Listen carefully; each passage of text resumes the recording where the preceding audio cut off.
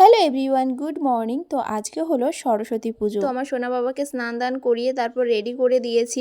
তো আজকে ব্লু কালারের পাঞ্জাবিটা পরিয়েছি আর ওইদিকে দেখো বসে বসে ট্রেন দেখছে। ওকে বলছি চল ওর বাড়ি যাব, ও বসে বসে ট্রেন দেখছে। তো একটু এসেছিলাম মাঠে, একটু ছবি টবি তুলবো, একটু ঘুরতে আসলাম। আর আমাদের বাড়ির সামনেই তো মাঠ, এই দেখো হাঁটতে হাঁটতে মানে আরেকটু হলেই পড়ে যাচ্ছিল। আর আমার সোনা বাবা এই দিয়ে 3বার পাঞ্জাবি পরলো। তো আগের 2 বছর ইয়েলো কালার পরিয়েছিলাম, তো সে কারণের জন্য ভাবলাম এবছরটা একটু ব্লুই পরিয়ে দিই।